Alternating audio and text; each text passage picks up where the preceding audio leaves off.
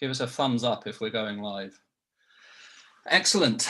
Okay, well, welcome. I think we should be streaming live on YouTube. My name's Ed Wainwright. I'm a lecturer in architecture here at Newcastle University and broadcasting from the APL Broadcasting Studio, which is also just known as my office. Give us a thumbs really. up if we're going live. Excellent. Hang on. Well, welcome. That's bad. We should be. I've got a major feedback on YouTube. My name's Ed Wainwright. I'm a lecturer in architecture here at Newcastle University. There we go. Sorry. That's one of the drawbacks of the technology is that you suddenly get a feedback loop going when you leave YouTube on in the background. So as it's evident, I'm still learning this technology. But we're really pleased that Amy Linford and Finn Williams of Public Practice are joining us today. And we're continuing our conversations around planning and populism. And for those that joined us a couple of weeks ago, we had an interesting conversation between Roger Burrows, our Professor of Cities here at Newcastle University, and myself. And the conversation sort of meandered around a range of areas around technology and how technology has been influencing and affecting so both our political spheres, but also the spheres of our built environments. And today is a great opportunity to kind of focus that conversation around questions of popular politics, but also populism within the planning process too. Because as we've seen, the sort of technological processes that we've been exploring a little bit in this series are behind quite a lot of the rise in populism that we've been experiencing. They've been behind the kind of rise of popular politics, particularly as we've seen recently in the US. But they've also been behind changes in how people appreciate and understand the environments that they live within. So as social media platforms, as sort of algorithmic technologies begin to become the norm, we're starting to see that they're beginning to be platforms that affect and that shift our relationship to kind of living in cities, living also increasingly in the rural environment. So this talk and this sort of series of talks going into the area of how we can see and how we can engage with questions of technology, but also questions of populism too. And I think it's great that we've got Amy and Finn joining us today. So Amy Linford so I think they're both dialing in from London, if I'm right. Yeah. Amy is an ex-graduate of the school here, and we're very pleased to welcome Amy back. She'll probably be familiar to a few of you out there. Amy graduated about 6 or 7 years ago, I think now, is it, Amy? It's a wee while. 8. 8? Is it 8? My goodness. And Amy graduated to go and then work at the architecture, the sort of radical feminist architecture practice, MUF. And she's now found herself working in public practice as a community organizer, but also as a local authority design officer in Thurrock Council in Essex.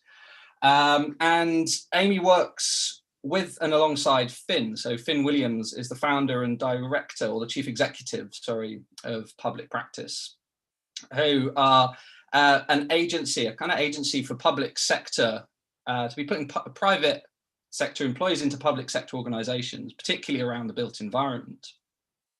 And also a space where sort of thoughts and questions around how we operate in the public realm are developed and explored. And Finn has background in architecture as well, having practiced and worked at OMA, but also has been involved in working within local authorities, notably in Croydon and at the GLA, the Greater London Authority. Finn's also sat on the Rainsford Review in Planning and also the Labour Planning Commission. So both Finn and Amy are really excellent guests today to be kind of exploring this question of what planning means in the 21st century and how we can't really talk about planning today without talking about technology, I think. And also how we can't talk about planning and technology without talking about both popular politics, popular culture, and also the sort of rise of populism. And I guess, so we're going to have about a 45-minute kind of meandering conversation around these topics. And I kind of want to start really by just thinking a little bit and asking Amy and Finn to respond a little bit to this kind of question of populism. As we saw a bit with Roger, there's quite a lot of potential danger around populist politics. There's a lot of attachment of kind of possible angers, possible kind of very emotive language that's associated with it. But it comes from a place of, I guess, popular will or popular understandings of things. And I suppose one of my maybe slightly provocative questions to begin with, and to open this, is it problematic to be popular?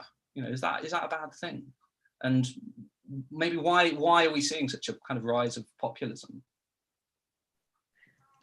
If I can kick off on that one, I mean, I think there's a big difference between the popular and the populist, and that's possibly, I have to admit at this stage, I'm not exactly sure where that boundary lies, and it'd be something that I'd be really keen to explore throughout this conversation. But if anything, planning has become unpopular as an idea, as a profession, as a kind of belief. The very idea that you can proactively plan our built environments become very unpopular over the last 10, 20, 30, 40 years. And I'd argue that in that sense, of course, we need to make more planning more popular. We need to engage more people in the process, make them feel like it's something they're interested in, they believe in, that they see a positive outcome from, instead of seeing it as kind of enemies of enterprise, being about newt counters, being about locking up jobs in filing cabinets, which has been the perhaps, and this is where it shifts, the populist story or ideology or narrative about planning. And for me, if there is a distinction for me, it's that populism is about giving the answers that people want to hear, the things that people think ought to be true, going for the easy route, the kind of lowest common denominator, rather than trying to really get to grips with the complexity of a place or a problem, or the true depth of a community or group of communities or society.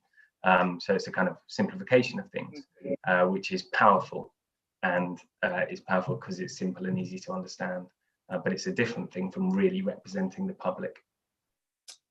It reminds me of that scene in the opening of Hitchhiker's Guide to the Galaxy, where the plans for the destruction of the Earth are kept in a filing cabinet down a dark, locked corridor at the end of a basement guarded by a leopard, I think. Which is maybe is a neat way to transition to Amy's response to that. In the profession, Amy, are you that leopard in a sense guarding that filing cabinet, or do you see yourself as something very different in terms of your role now in a local authority where you're working with planners and you're working with design professionals in that context? Yeah, I think I guess there's like I was just going to share the screen in a moment because just be a bit more visual.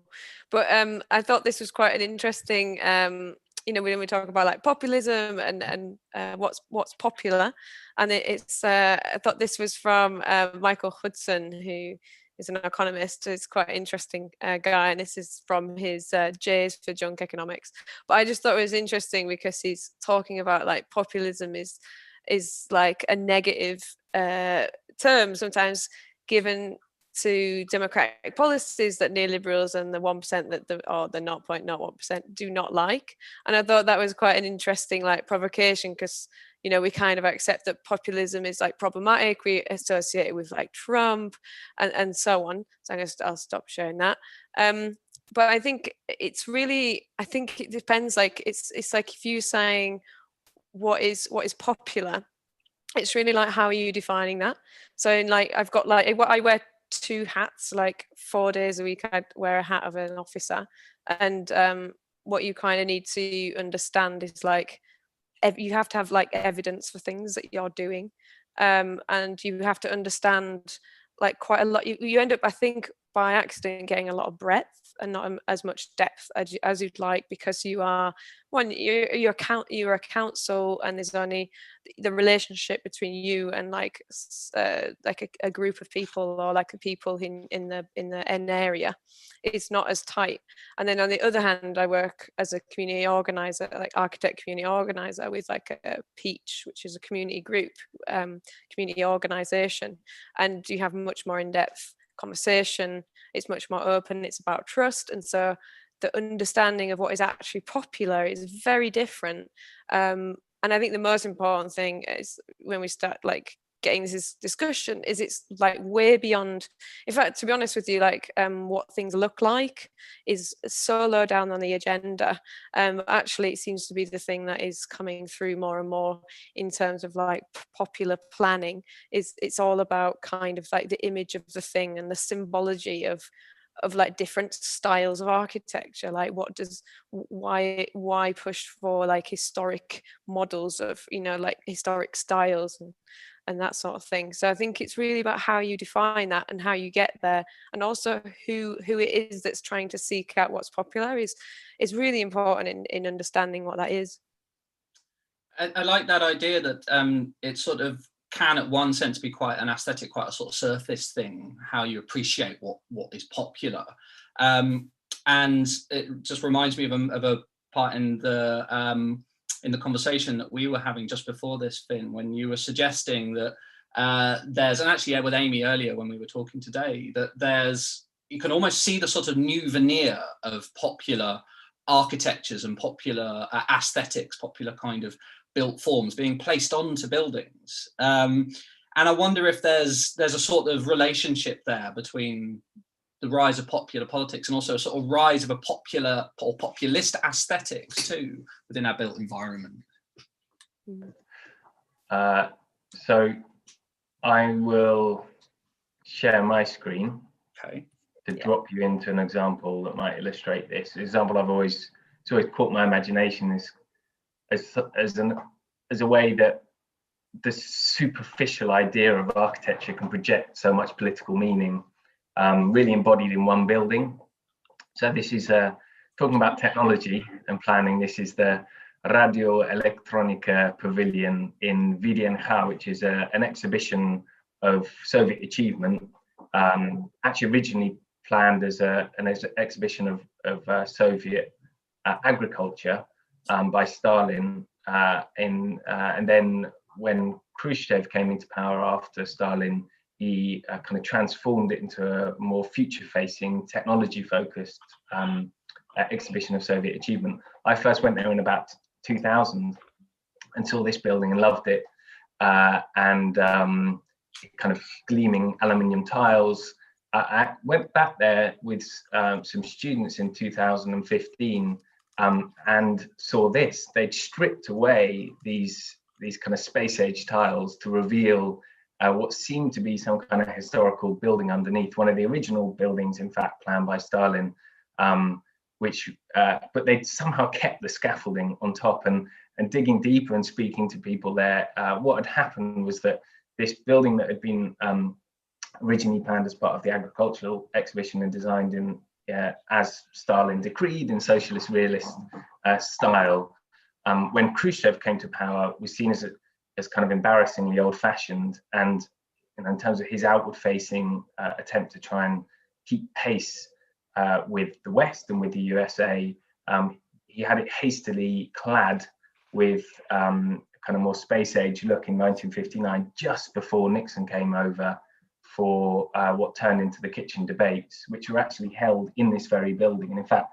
this pavilion was where Khrushchev showed to Nixon that the USSR already had color TV, when in fact it only really came to the Russian public 14 years after, in 1973 at a large scale. So it kind of hosted this seminal debate about, you know, the possibilities of a popular USSR Soviet regime versus kind of consumer society in America. And I think what became most interesting for me was then seeing how it transformed yet again under the current political climate in Russia, where, you know, here's Putin shaking hands in front of one of the plans for scraping away this modernist facade and bringing back the historic, supposedly historic, but of course also modern Stalinist socialist realist architecture as a way of aligning his politics with that kind of Stalinist kind of political ideology. What happened was they started dismantling this facade, and then all of the kind of Moscow's heritage scene complained, and they halted the demolition because it was judged to be a building of historical significance because of these transformations it had gone through. And now, as far as I understand it, it's kind of frozen somewhere between Khrushchev's outward-facing internationalist modernist idea and this attempt to kind of go back into a very specific point in time, which was the kind of socialist realist point in architecture. So I think for me, it just shows how actually these kind of arguments can be radically, when they are radically simplified to the kind of superficial appearance of a building, they can hold a lot of weight in terms of politics. And architecture has a really powerful job to play there. And I think we are seeing those kind of debates playing out now in our ideas of taste and beauty and design in the UK as well as abroad. So there's a relationship there between what it means to define beauty and how we understand a kind of a popular imagination or popular kind of cultural imagination of what is beautiful, I guess.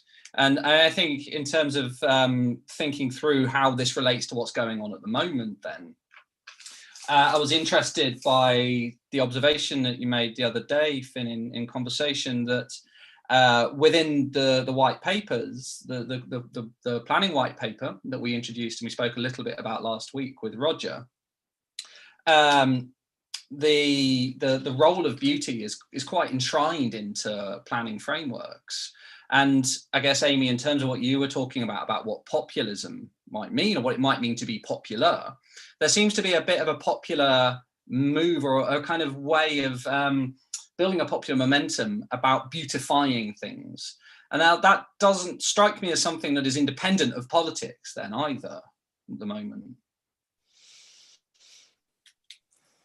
No, I think it's interesting because like at the moment there are these a kind of example from like working life, I guess, is like at the moment it's quite interesting that there is an emphasis on beauty and how that's defined is quite interesting, and in the white paper, the planning reforms, there's a lot of mention of beauty, but it doesn't exactly say how that is defined by each borough or each area and neighborhood, for example. But what is interesting is that there's actually now it seems to be a bit of a disjoint actually, because with the town there's like a towns fund that's happening at the moment across like the whole of the UK, and apparently beautification projects are not allowed, they're not allowed to be funded. So then you think, hang on a minute, so what does that, that this idea of beautification and what is beautiful, it sounds like there's a difference between those things. Like you won't fund beautification, but there is a change in legislation for what is beautiful and a promotion of that, and it seems quite disjointed. But Finn's got more thoughts on this. I think it is, no one's defined it yet, right? The idea of beauty as proposed in the white paper, apart from getting some kind of idea from the vaguely traditional photos that are peppered throughout it, but where it comes back to the popular or the populist, because what they talk about throughout is provably popular forms of development, or even effectively styles of architecture, and that has its basis, I think, in the Building Better, Building Beautiful Commission, which in turn has its basis in a lot of the work of Create Streets and Policy Exchange. So I'll share my screen again now. And if you go back to the kind of origins of Create Streets, it was back in 2000 and I think about 13 or 14, with some work, kind of joint paper published by the Policy Exchange, and see if you can see that properly, and Create Streets around estates and the future of estates, particularly in London. Get that back up. And they talk about popular forms of development, and in particular referencing, if you can see this, doesn't seem to be coming up. Oh yeah, it's Yeah, is it coming? Yeah. So in particular referencing how estates themselves, multi flats or multi-level estates are unpopular forms of development, which is presenting a kind of very specific and external point of view over who defines what's popular. And that in turn then, I think, probably branched out in terms of schools of thought from the policy exchange, which has been hugely influential within Number 10 for the last 10 years, really. The co-authors of the report, Nicholas Boy-Smith and Alex Morton. Alex Morton went in as a senior policy advisor within Number 10 and was behind a lot of the deregulation, including permitted development rights that came in, slightly ironically bypassing any kind of democratic or controls or popular opinion, and being really about kind of letting the market rip. And then on the other hand, Nicholas Boy-Smith and Create Streets really investing in this idea of finding a kind of quantifiable evidence base that somehow could be used to really demonstrate what the public believes is nice, is beautiful, is popular. And they, a lot of the Create Streets stuff has been done through, if I stop sharing this and get up this PowerPoint, has been done through kind of visual opinion surveys. So things where they'll ask samples of people to choose what they like most between different looking buildings of an equivalent scale or use, and then running this polling and generating kind of approximate ideas of whether people like more traditional or more modern architecture on the basis of it. So I'll do this full screen so you can see a bit better. But some quite amazing comparators, for example, asking people whether they like a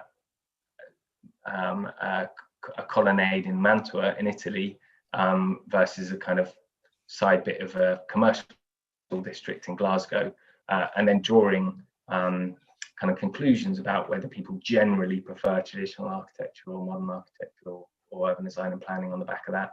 And then they've also worked with organizations like in the University of Warwick, there's an AI department there that's developed quite a lot of research into, I suppose, perceptions of beauty, particularly in relation to the natural environment, actually, in landscapes. So this platform, Scenic or Not, which is a web platform that people can go through and you rate, 1 to 10, whether you think this image is scenic or this image is scenic. And on the back of this database, they've, come to conclusions about, a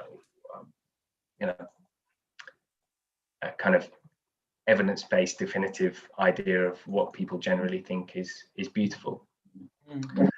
That's kind of spun, as you might imagine, some parodies. There's an amazing Twitter account, I still don't know who's behind it, called Creates Treats. Things like surveys show that 100% of people prefer to live in a traditional house. But there is the way they present that evidence is more powerful in put in more simple terms that politicians can use more easily than any argument to the contrary. And that's why it's holding a lot of political weight, and you see it replicated, parroted, propagated through the Twitter accounts of, in this case, the then housing minister, who was comparing a department store in Oxford Street with a courthouse in Nevada, I think. And yeah, I mean, I could go on about this, but I think what's quite interesting is you could see that as a very specifically British thing, connected with the history of kind of style wars going back to Prince Charles, talking about carbuncles.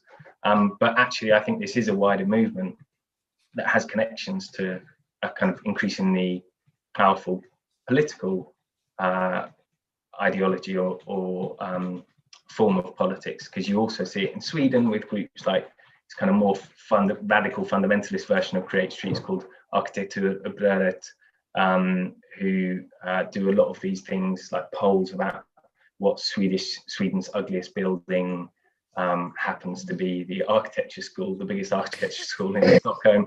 Why are we building this crap? Why don't we build something that looks like a palazzo instead? Why are England building such beautiful terrace houses, and why in Sweden are we building these kind of black boxes? And that's again found its way into mainstream politics. So Sverigedemokraterna, which is a kind of sits somewhere between UKIP and the BNP in Sweden, are now using this kind of really simplified language about traditional versus modern architecture to ask what kind of city do you want to have. I think that's political rhetoric, but it's really already making a difference. So this is a live procurement exercise by a council in Sweden, Upplands Väsby, who have actually required this classical style within their procurement documents. So it says here, you have to use, for a really large area of new housing for this municipality, you have to use one of these styles when you're designing New Renaissance, Jugend, National Romantic, or 1920s classicism.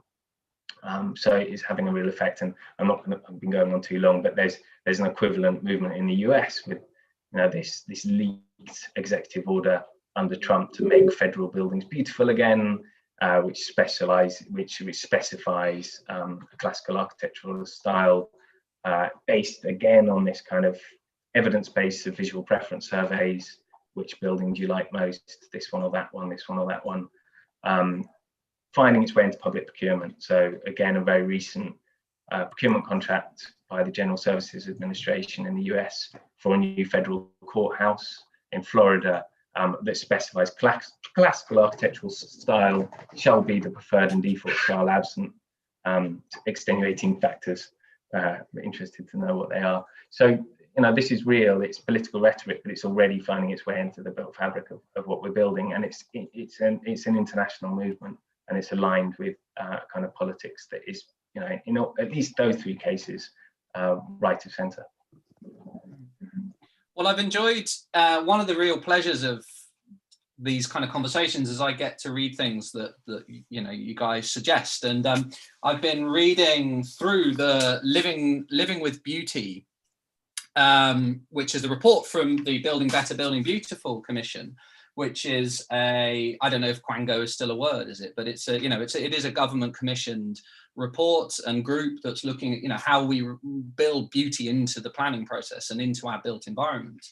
And in a sense, there's a lot here that it makes a lot of sense. One of the things that struck me here was saying we need to turn our planning system around from its existing role as a shield against the worst to its future role as a champion of the best. We can't disagree with that, I don't think. I think that's a really laudable ambition. And also ideas that the best buildings are recycled, that, there is a way of kind of retrofit, reuse, valuing what we have, which, I think is profoundly important. And I think within a sort of a popular approach to the built environment, a recognition of our heritage is really fundamental, isn't it? But what struck me as well as reading this, and also the examples you just shown, Finn, are the binaries that are set up between beauty and ugliness. And I don't know if people can see that on my screen as I'm talking, or if it's not quite visible, but there are regular examples here, and like you showed, of different contemporary and historical examples of architectures that are labeled as either ugly or beautiful. And you were showing the example then of the online processes, the sort of click through, effectively algorithm building bits of software that can help organizations and help planning departments, etc., to understand what beautiful will mean. And I think this is really interesting in the connection to what we were talking about last time with Roger, that those algorithmic processes need to be built up on information. So they need to be established by stuff that's fed into them. And when you're feeding in these very binary choices, you get a very binary definition of what beautiful means. So it inevitably sort of escalates this sort of bubbled kind of thought, or this bubbled experience of definitions. And it's very much a part of our current political sphere, that we have an oppositional politics. We have a binary politics, a very kind of sort of dualist political system. But within that, there is something important, isn't there, to recognise that things like beauty, things like our historical environment, things like our heritage are really crucial. And I know, Amy, you've been doing work with groups in Essex, in Thurrock, haven't you? You've been looking at kind of questions of the built environment, and you've been really engaging with people on a grassroots level. And I wonder what your experience has been in that, in relationship to popular opinions of things, popular understandings of the built environment. Is a house a house? Do we see it in a particular manner, and is that okay? Yeah, I think it's quite interesting, because we did commissions. Like a group of consultants to help us with the work. It was actually part of the conditions of the funding, and it was quite interesting because it kind of helped run the workshops and sort of was almost like a kind of backdrop person during this process to see how it went, and then kind of started to evaluate it. And when we had these conversations with people in a town called Averley in South Essex. And what you find out is, you can ask these questions, and there were these, I think, hang on a minute, there's probably, I can share screen and show you the slide. Oh, hang on a minute. I was going to show you sort of some of the things that were coming out of that, which were, there's this thing where you can easily say, like, you can create a frame, a window of discourse, and you can really make that narrow. So you can, if you want to, and you can also sometimes, if you want to get a sort of question, or like you want to get an answer, you can kind of find a way, if you unfortunately you can kind of find a way, if you really want to be manipulative, to get an answer, whether or not you even mean or know you're doing it. So there's also like sort of preconceptions that come with things like that, which is, if you've been commissioned as a group of consultants to look at an area which is probably going to get some housing development, and will then receive infrastructure such as like hospital, well, maybe not hospital, but like medical and health facilities and schools and that kind of thing, and like parks and the like, that make a place worth living in. I think there's this thing of, there's already a preconception of like, here we go, I'll share it. There's like this preconception of already there will be development, and that's kind of the starting point, whereas so there's already a narrowing of the window of discourse. And then it depends, like this is the workshop, and you can sort of see here it's actually a mix of residents and local community groups that were invited into a day workshop. And it was an interesting interesting experiment, and we were trying it out, and we had these drawings where we sat with maps, of course, that kind of, you start to, there's obviously ways about engagement that are accessible and less accessible, who can draw, who can read a map, who can understand a plan and scale. That's quite an interesting thing in itself. So like, you're already, how much you how are you controlling the window of discourse, but also how much power are you giving the people you're speaking to? Because you have to acknowledge that when you're talking about the built environment, okay, we're talking about this town, which is Averley. The people of Averley actually know their area like way more than you'll ever know in all its complexity. They are the professionals of their area, but you've kind of like made it really difficult for them to share that knowledge or articulate or debate or have any discourse, because you've accidentally, a lot of this is unintentional. That's the thing in these processes, is that it's not intended, is that you end up not allowing that to come through. So it kind of, if it was a piece of research, it would actually be quite limited. And this is like a little bit more effective, is like this open evening where people can come in and come out. But what you can see around here is like there's like a traffic light system, which does make things like good, bad, or like potential. It's quite like, again, it's kind of polarizing, but it's a bit more helpful as a mapping exercise, like what you'd call a SWOT analysis, I suppose, with architecture, site analysis. And then what you've got here is all these like comments that actually, you've stood around this thing and then actually wrote down what people were saying and then put it on the board because you wanted to capture it. but there were things that weren't talked about in there, or that they were like only touched on by like one person saying one comment, which actually had a really big thing that needed to be explored. So there was a resident there who actually, I mean, there was it was actually entering a conversation which is highly it was a lively conversation, shall I say, like walking into that, and it was about this idea that, oh, you know, people are going to build houses here, and I completely understood what that looked like. It was like, you know, like there's been decades of housing in many areas in England and the UK where nothing's come with it. There's been just pure housing, and it then puts pressure on everybody else, and you know, no one can get a GP's appointment.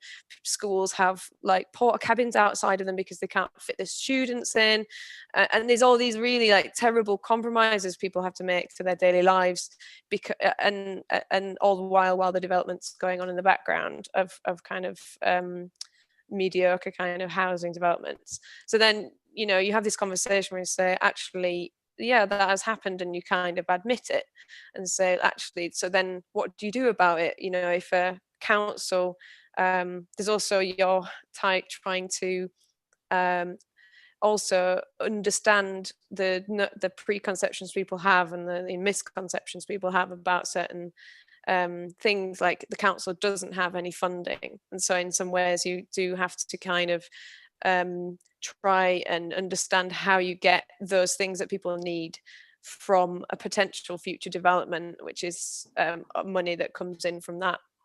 In other words, Section 106, those kinds of things, like which a pot of money that comes with housing development, how do you make the most of it, and how do you combine that all together and get something good? And so there are things that in there, you know, in that conversation, you sort of then, once you kind of like understand where you the real context of the situation, then people will say, okay, well, okay, on that grounds, you know, this is what we actually need, because I don't think people are actually anti-development. Most of the time it's the anti-development that doesn't benefit them, which I totally understand. And if you can make that beneficial, and also that the housing was seen as not to be for people who already live there, even though they had families and children and friends that would actually need housing in the area, or more appropriate housing, like this resident who's living there actually has a terribly adapted house. And we decided after the event, she decided to take me around in her wheelchair. I took another colleague from transport as well, just to just to kind of make it more useful. And then we kind of put this into that document. But the other half of that document was, I'm going to just stop that share for now, but the other half of that document was actually about style, and there was not really many conversations that we actually had. It actually wasn't the fault of the consulting team. It was more to do with like you know, not having enough time for it and things like that, lots of constraints, political budget, all these kinds of things that are too complex. But there was this other half of the document that then kind of just said that you know, it kind of prescribed a really quite like kind of like a Georgian classical style to an area which is predominantly like post-war, interwar style housing, because that's when lots of Essex, you know, like loads of people moved out the East End, there was loads built, and you know, like people were housing those in those kinds of styles of building, and it has its own symbology. But I think in some ways, if you said to people like, would you prefer, you know, a Georgian house to this house, they'd probably say, oh yeah, I would prefer a Georgian house because it has, you know. But then if you say, would you prefer your house, you know, would you like your house to stay in place, would you like to live in the area, or it gets demolished and you have to move somewhere else? I think that's a different question then, because that's kind of what development becomes about. And I think when people see development coming in, regeneration, even in places like Essex, not just in London, where regenerations makes things unaffordable, essentially, is that you then are asking, you know, you're not really dealing with the reality of the fact that development isn't always for the people who already live there, or not, it's not reachable, and so that's why people often are not they're not anti-development, they're anti-appropriate development, I suppose, or affordable development. Yeah. Just to quickly follow on from that, it links to a report, which I'll just bring up now, called Stopped by Centre for London back in 2016, which goes through, as they put it, the 7 reasons, which just happen to spell out the acronym STOPPED, that people oppose development. But I think the outsiders one is a particularly interesting one because it links to some of those wider political themes that we were talking about in relation to, say, Trump or Serie Democrata. They talk about how their history of social psychology showing how people identify with groups, whether that's a street, neighborhood or community group, and act to protect the identity and fortunes of that group if they feel it's threatened. In other words, the fear of otherness. And when people object to new residential development, they're often objecting not to the new homes, but to the people they will fear living in them. Rarely explicitly stated, but interviews with planning officials that they carried out for this research suggest that it's often just below the surface. And I think that comes back to the kind of responsibility of the public servant, the public planner, to represent voices that aren't necessarily in the room, or even people who aren't even in an area yet, or even would define themselves as part of the community that's the community you consult. And in that sense, the public servants, the public planner's responsibility is to kind of think about that longer term, that wider geography, that broader community that doesn't necessarily get a look in at those town hall meetings. And that's a difficult position to argue. It's not necessarily a popular one because those votes aren't there. The people that constituency isn't there to back you up. You're arguing against the constituency that a politician is really most tuned into and most conscious of. You're kind of arguing on behalf of the environment, or communities that may only move in 20, 30 years time, future generations. And that is it's a difficult role to play. It's an unpopular role to play, but that's also why planning is so important. And I think it links to also that then a kind of the role of the professional now. So wider distrust of experts, from Gove saying people in the country have had enough of experts saying that they know what's best and getting it consistently wrong. Obviously that related to Brexit, but I think it could equally apply to the built environment. From what we've seen through public practice, the role of the expert public planner is not to necessarily say they know best, but to listen harder and create conversations, this kind of broaden that window of dialogue, discourse that Amy was talking about, bring more people into it, really try and understand the complexity and the difference of opinion. And then work with that over a long-term basis. That's not reacting to superficial ideas of whether you want development or not, whether it looks traditional or modern, but is actually like deepening conversations in a way that's preemptive, that's kind of happening over a long time period, not just yes or no. Mm-hmm.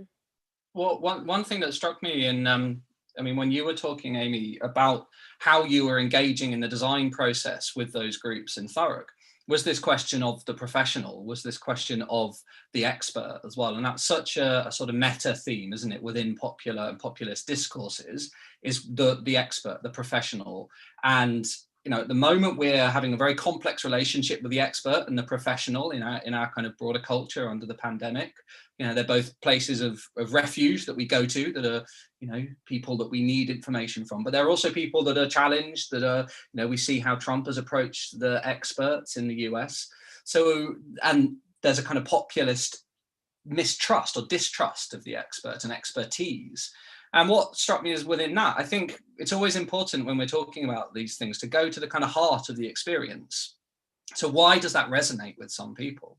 And I wonder if its sort of resonance comes because in all kind of grievances, there's a disenfranchisement, isn't there? There's a loss of something. And I imagine, and I guess within planning processes and within professionalized planning processes and approaches to kind of making our built environment, there's a highly specialized set of terms, codes, drawings, documents that if you can't access, you feel disenfranchised from decisions that are being made about the very place you live in.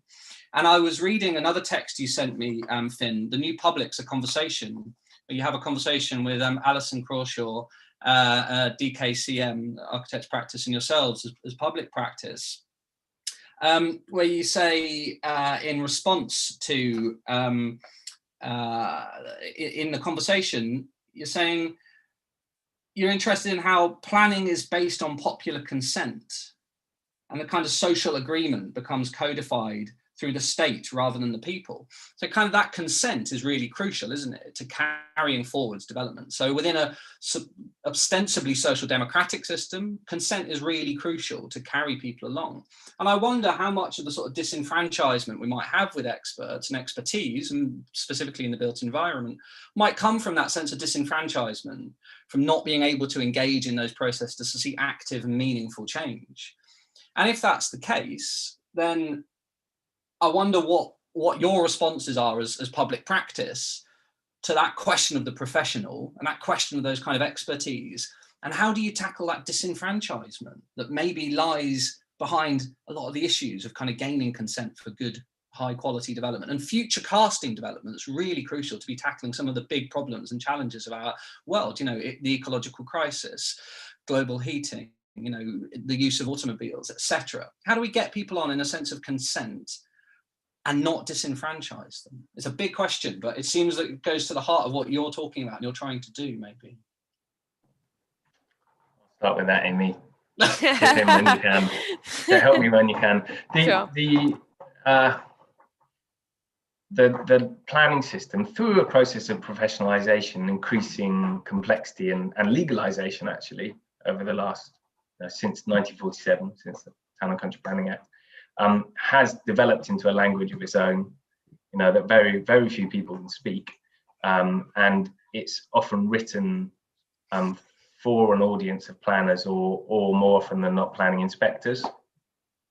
I share a paper that I was part of writing back in 2014 through Novus, which is a kind of think tank of public sector planners about public sector planning, almost like a precursor to public practice, but still operates as a kind of radical arm of the Planning Officers Society.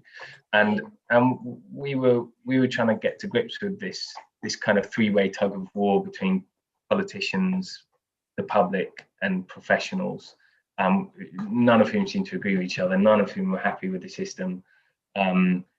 All of whom, to some extent, felt disenfranchised actually by the system, and all we could really get to is that, well, firstly, picking up on one of Amy's previous points, it's not good enough to try and train people up to speak the language of planning. Planning has to learn to speak normal people's language, and actually, that's. You know, we talk far too often in planning, you hear the phrase hard to reach groups. There's no hard to reach group, it's just that we're not trying hard enough to meet people where they already are, and to speak on their terms. So I think that's a kind of fundamental first step, is a kind of de-legalization, de-professionalization of the language you speak, so we can speak a common language. Public practice is partly about that for a lot of our placements, and I can show some examples. Amy's a case in point. Helping their authorities, there being a translator between the different worlds. But then I think there's also a question of how you fit together the responsibilities and the timescales and perspectives of the public, people who live in a place and know most about that, the kind of level of the street, right here, right now, with the professional, and that responsibility I talked about before, to really think incredibly long-term, incredibly large scale, or at least try and stretch questions over those dimensions.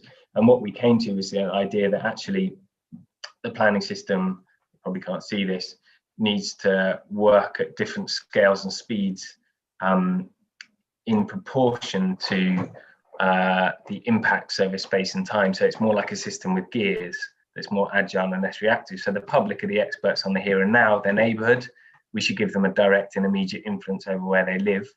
Politicians have given a powerful voice to the people they represent, we need to make them truly accountable to their constituents and free to represent their views. But professionals can afford to take the long view beyond constituency boundaries and political horizons. So we need to empower them to stand up for what's right for places over those scales.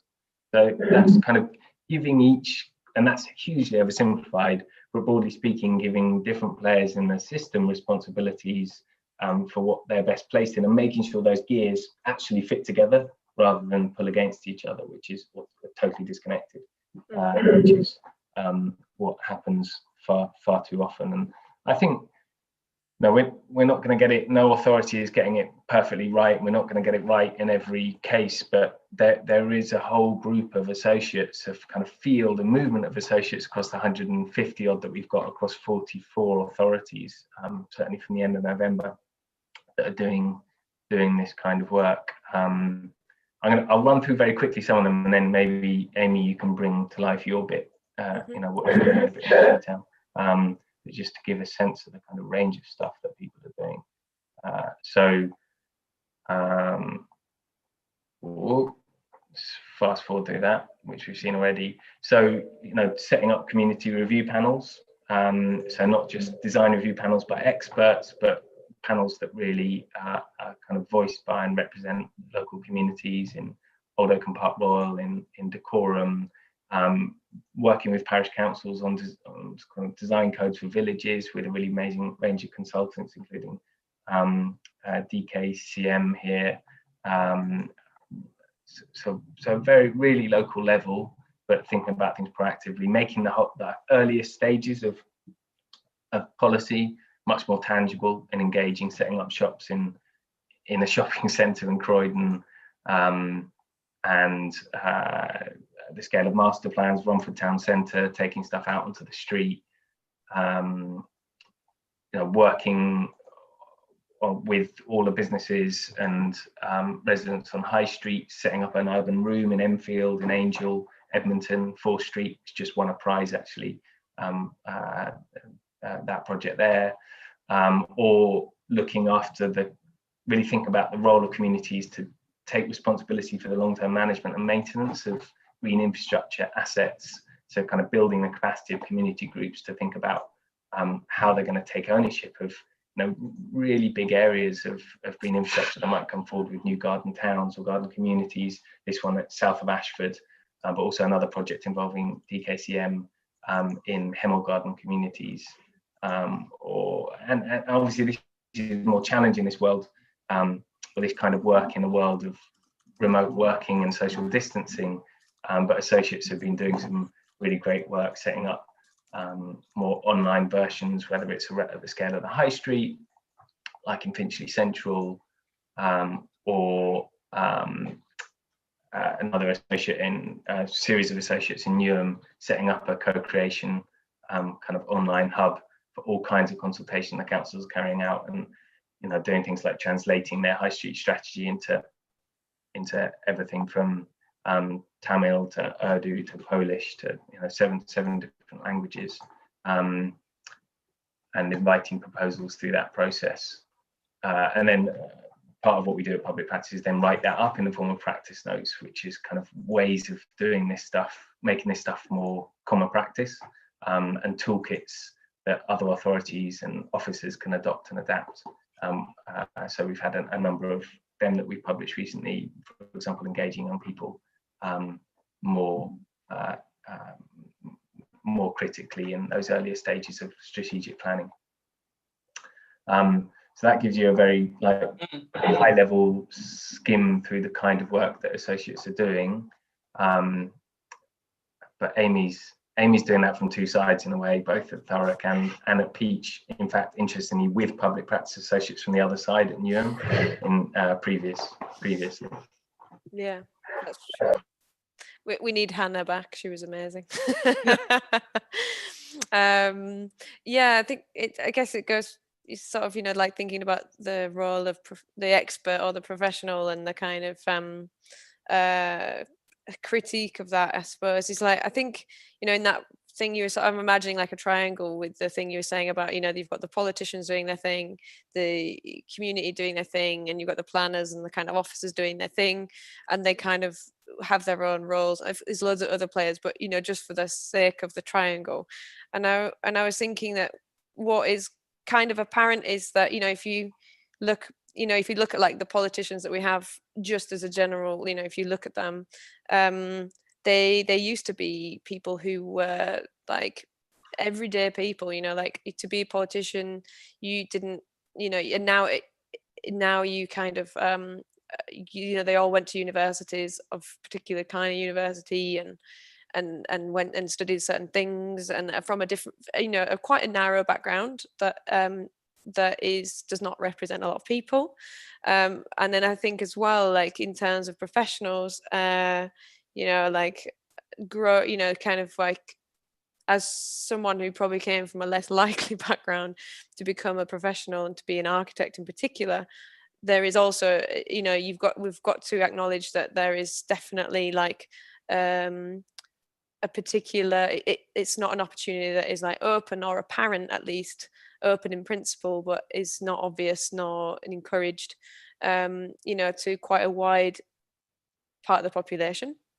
And I think in some ways that's, and then again, it's this thing of like, when people talk about like communities and people's, different people have been, I've heard this from mostly professionals or politicians have sort of talked about them as if they're an alien concept, as if they themselves are not part of a community where they live or where they send their children to school or where they work, and because everyone kind of dehumanizes one another actually.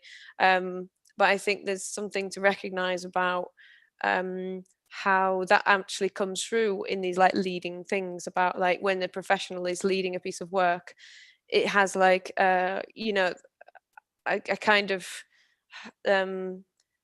got quite fed up with things that were really quite like like things that were projects that were determined by someone who was projecting what they felt what would be good for their neighborhood onto a totally different context. And it's very much like a kind of it's totally transposed onto a different context, which is kind of irrelevant without even asking the question what is relevant and needed. And that's quite interesting. But I think in terms of the professional, like I mean it is quite tricky, because I'm quite used to being in some ways, my previous role as an architect was kind of someone who's a bit more like kind of doing things without people noticing, in a sense. It's quite subversive, and you kind of act like someone who is just translating something, but you're also doing unsolicited research that you were never, that it's technically you covered in the brief and everything's covered, it's all legal and above board, but people don't quite know what you actually mean because you've been like suitably vague. And then in a sense with like, with the difference really is as well with like working at somewhere like Peach, where you're an architect but you aren't a local, you really have to make sure you're not, when you're coming up with ideas and thoughts, that they really are kind of, you're really, that the ideas always come out of the conversations you have with these meetings. Everyone's got like the answer is in there, and yeah, and I think that's really useful to kind of consider your role. And sometimes you're not the right person to do the thing. You want to say something, but actually it's better if you discuss it and then it's actually said by something that is probably better than you were going to say anyway, will get said by someone else who's got a lot more legitimacy. But you're also, I think the thing that's missing from the conversation about populism really, and underlies all these questions and talks, and even in the last one you had last week, is about power, and like, where does power lie and who holds power, and why do people feel disenfranchised, and how do they feel represented. I think that's, for something to acknowledge, because this is the reality we are working within, this is a context we work within, and just kind of burying your head in the sand and thinking that everything's equal and everyone comes to the table in equal terms is not helpful really. But you shouldn't, it's not for you to feel guilty about. It's for you to kind of address and take into account and make that extra effort to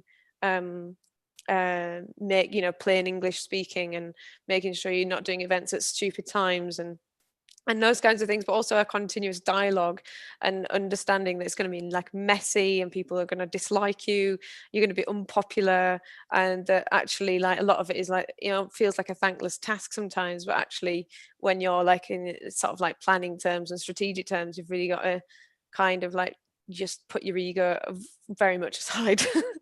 Just lock it in a cupboard for later, you know, and which is hard, as you know, sort of like architects are quite like that, you know, we do tend to, you know, like to be liked, and we like to be popular, and we like to be known and put our names to things, but actually it's the total opposite you kind of need to do, really.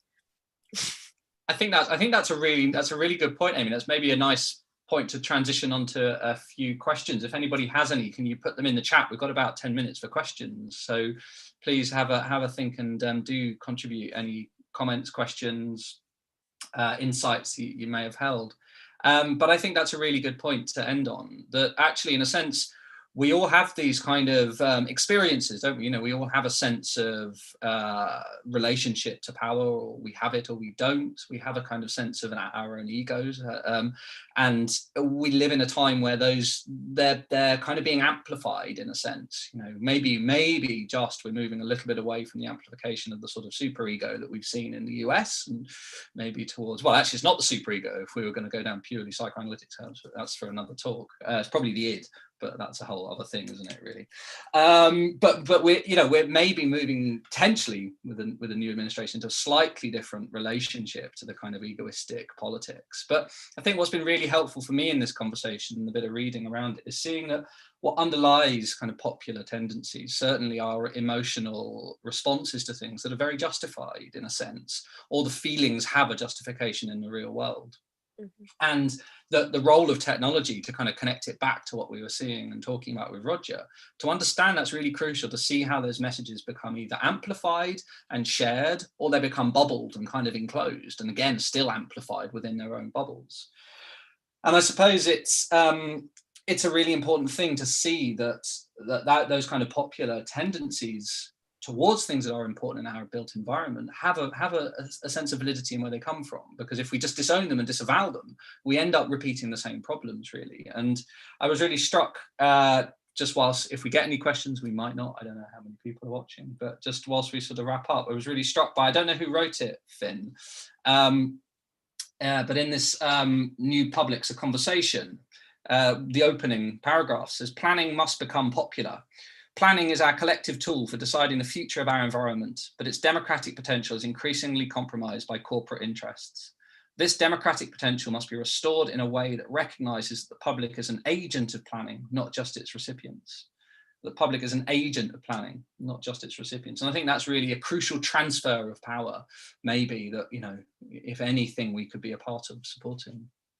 A couple of questions have popped through. I get power and representation. Yeah, well, you know, I like that. It's the 3 Ps in Gateshead. Oh, that's such a nice place full of great people. Yeah, what is that, Amy? It's an estate that's just, you know, where the flyover is in Gateshead. It goes really insanely close to like 3 towers. Yeah.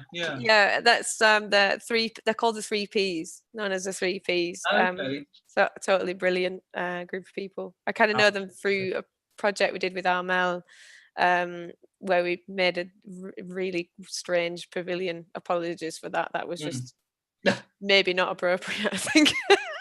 But they were great. We played a lot of bingo and had a lot of tea. Bingo and tea seems pretty important.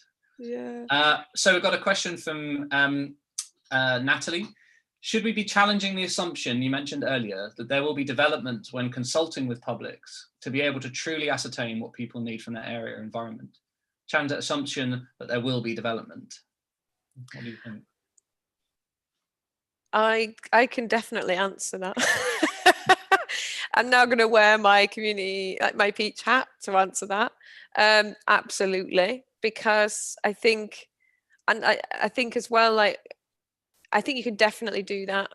We actually, as a community group, wrote an alternative regeneration master plan, which was essentially like a document with loads of evidence, aims and principles, and actually drew a master plan And in some ways you can, there's definitely a lot of groups that are doing that, where they challenge, so like often the preconception is not as strong as you'd think, and when something becomes political, you can, I think it's making the politics visible and doing, it's like when the real strength that Peach is all the people kind of like actors, they have meetings and include everybody. It's an open group, but there's a lot of like discussion and discourse, and then the actual like strategy and what to do next and what it's asked for, what's suggested, is very proactively done. It's not, it's reacting to something, but it's proactive in, saying, no, we don't want this, but we would like this, or if it happens, it has to be on these terms, and actually being quite defining what that is. I think that's actually being organized is actually the sort of main thing that needs to happen. If you're individual, you just get kind of brushed aside quite quickly, but if you're as a group, as a community group, you're much harder to ignore, and the more people you have to represent you, the more legitimacy you have and more power you have. Mm-hmm. Yeah, I'd agree that it's a lot harder to be for something than against something, but with the really successful examples of communities genuinely shaping and owning and kind of getting the benefit of changing their built environment, it's always when that moment of alchemy happens, when something terrible has been proposed, they mobilize against it, and then it shifts into think, well, what are we for? Too often, though, the battle line's already drawn by the process of being against something, and a lot of effort and emotion and time is absorbed by that initial battle that can ultimately give way to something better. And that's because far too much engagement is reactive. It's consultation. It's not proper participation and engagement. It's or co-design. It's someone coming forward with the oversimplified. We're going to do something. Do you want A or B, traditional, modern? That kind of oversimplification, and that boxes people into a corner and means that the feedback you get is so much less valuable, because it's simply, well, I don't like that very much. That's not the way of really informing an intelligent plan for a place. What we need to have is these kind of ongoing place-based wide conversations. It's exactly what Amy talked about. We need to broaden that window of discourse as far as we possibly can. A consultation on a planning application is about as narrow as you can get it. So we need to work as planners to make sure that those conversations are happening in a broad window over a long period of time, and then use those existing conversations to inform designs and plans from the start, rather than hope that people will somehow magically like what we've come up with in a vacuum. The problem is that a lot of the funding and resourcing for meaningful engagement only comes much further down the line when units are sold, or so it's how you move, and the public sector has got a really important role to play in this, central government as much as local government, how you can move all of those resources earlier upstream to have the conversations where they still have the opportunity to have influence and they can be constructive. Yeah, I think that's a really good point, isn't it? Broadening that window of discourse, and it really feels like now is the time to move away from the binary, yes or no. It's a really broad. There's another question from Faith. Really interesting question. What place do you think virtual reality could have in architectural design and representation when designing for a post-COVID world and working with the public community? That's interesting.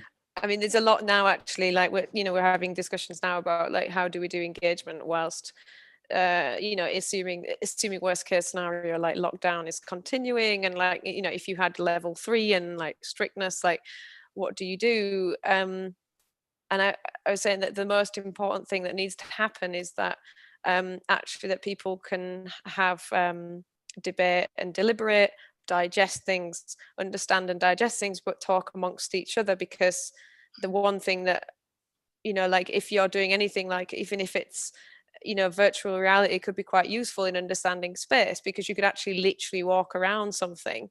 But I think that the other things that I think there's a thing about co-design and co-production, co-design being about only design, and and only having the involvement of people in design, and rather that co-production implies a much wider set of influence, which is over like numbers and about like viability and like the kind of brief of like the client brief kind of thing from whoever's doing it.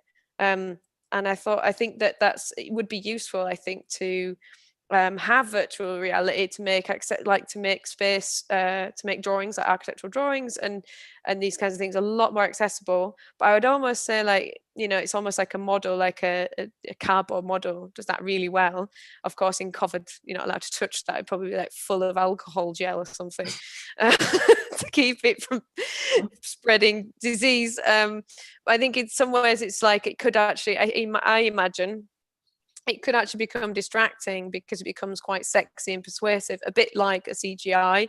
Like, people really believe the CGI. And actually what I've done more recently in some of the and I'm sure those people are going to love me for this, is looking at like planning applications that have come in with CGIs that are actually really false, and they don't match up to the drawings at all, and they will never be realized as they are. And there's like lots of things about the sun, angles, and the viewing, the view that these things are taken from, which very obscures things. And I think in some ways that they would definitely sell the project to someone who doesn't, because what you would do then as someone who can't read those drawings, you really rely on those things which are at the moment are the CGI.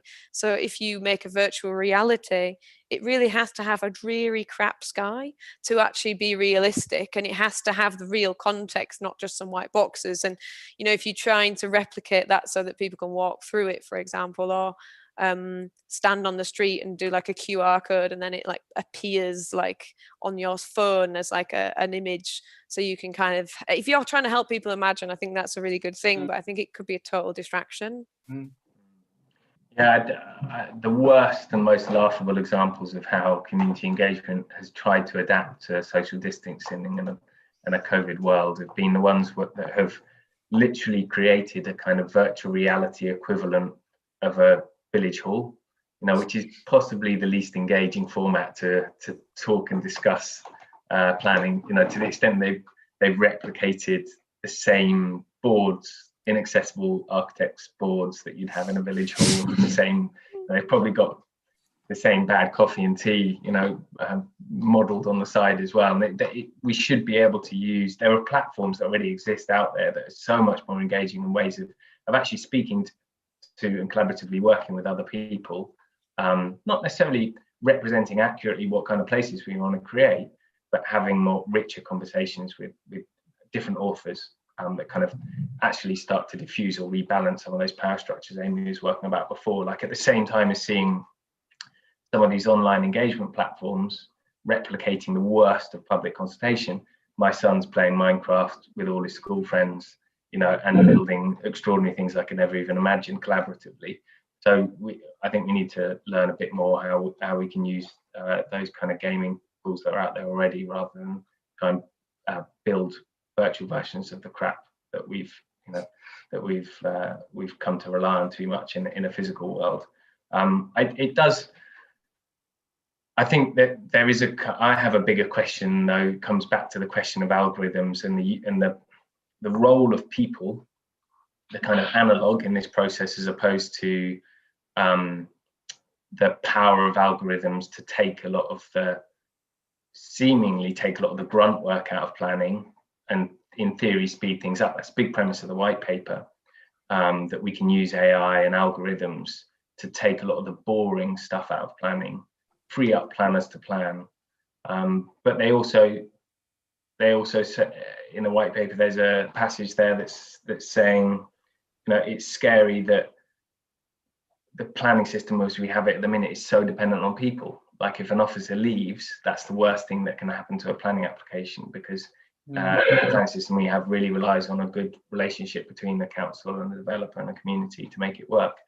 And I find it interesting that critique is coming from the same people who, as in the kind of Create Streets world, building better, building beautiful, that really value the kind of built environments that we have in the UK that are negotiated, that are eccentric, that are the results of individuals coming up with strange decisions and aren't the results of algorithms churning out, things that are logical. So I think for me, that's not something that I can't really understand how those two things fit together, but there will be perhaps a battle to be played out over the next few years as to whether it's actually people that are going to implement a new planning system. And by that, I mean like really good professionals, really good community advocates who are going to shape the kind of place we have in the future, or whether we're going to accept the role of the professional, how much of the role of the professional will be turned over to kind of binary algorithms that will take a lot of that discourse out of the process. Mm-hmm.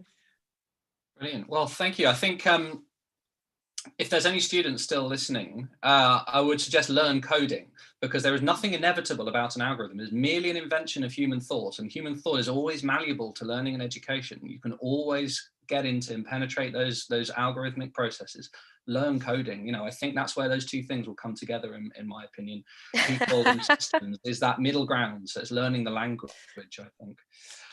Thank you so much. Absolutely fascinating. It's a really nice transition, this space, to our final talk of the year, which will be on the 16th of December, where we're joined by Kate Wagner, and shall I pronounce it? American. But Kate is going to join us from the US, and Kate is author of McMansion Hell, the blog that maybe you're familiar with. And Kate uses and deploys social media and technologies in really interesting ways to think about populism and to kind of challenge some of the presumptions behind it. So it's really exciting that Kate can join us. But I want to just thank Amy and thank Finn. Thank you so much for taking your time out this evening and joining us. And safe travels home. Amy, safe travels maybe home, Finn? I don't know. Through the door. Thanks, Ed. Excellent. Thank you so much. Okay. Thank you. Thank you. Take Bye. care.